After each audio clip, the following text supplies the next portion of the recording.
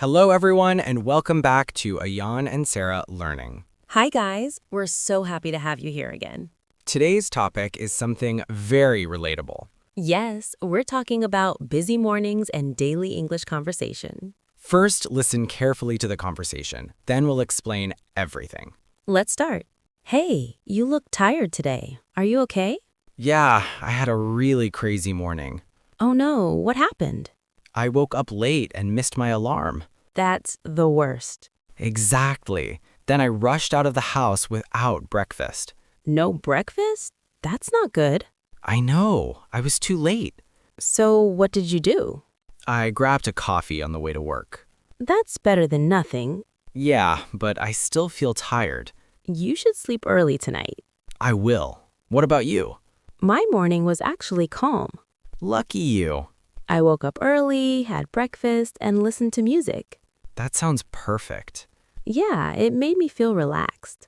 I need that kind of morning. You just need better habits. True. Anyway, I have to go now. All right, take care. You too. That was a simple and useful conversation. Let's learn some important words. First, I woke up late. Meaning you didn't wake up on time. Next, I rushed out. This means you left very quickly. Grabbed a coffee.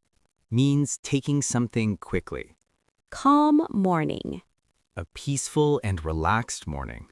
Sarah, I have a funny story. Tell me.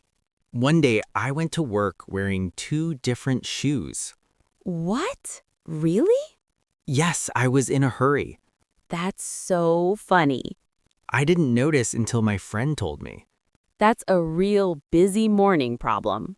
If you enjoyed this video, don't forget to like and subscribe. And share this with a friend learning English. Comment morning if you watched till the end. We'll see you in the next video. Take care. Bye.